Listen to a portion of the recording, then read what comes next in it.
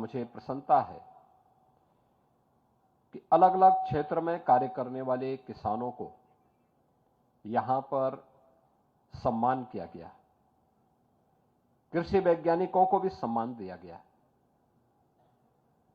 किसानों को प्रदेश सरकार के स्तर पर मुख्यमंत्री कृषक सम्मान योजना के अंतर्गत 11 ट्रैक्टर भी दिए गए। यह जितने भी कार्य डबल इंजन की सरकार के द्वारा आज प्रधानमंत्री मोदी जी के नेतृत्व में लिए जा रहे हैं, इसके पीछे का एक ही हेतु है जो चौधरी साहब कहा करते थे कि अगर किसान गरीब होगा तो भारत अमीर नहीं हो सकता। भारत को समृद्ध बनाने के लिए हमें अपने अन्नदाता किसान को समृद्ध बनाना पड़ेगा और अन्नदाता किसानों के लिए जो प्रयास 2014 से प्रारंभ हुआ वह अभूतपूर्व है, अभिनंदनीय है। दुनिया उसको मॉडल के रूप में ले रही है। वह सॉइल हेल्थ कार्ड की व्यवस्था हो,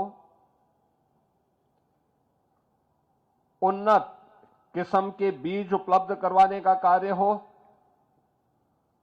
खेती को तकनीक के साथ जोड़ने का कार्य हो, या फिर किसानों के लिए किसान कृषक दुर्घटना बीमा योजना हो, किसान बीमा प्रधानमंत्री किसान बीमा योजना हो, फसल बीमा योजना हो,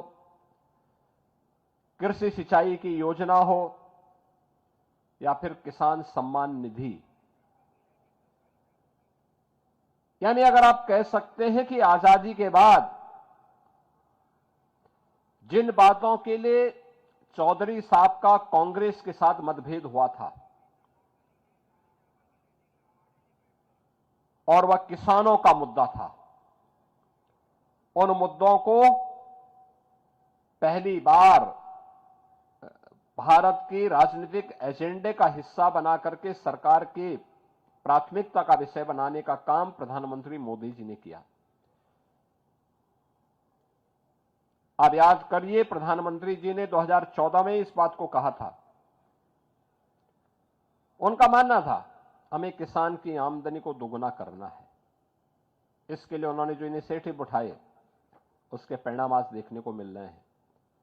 प्रदेश के अंदर भी अकेले मैं आपको बताऊं 1996 से लेकर के 2017 तक 22 वर्ष में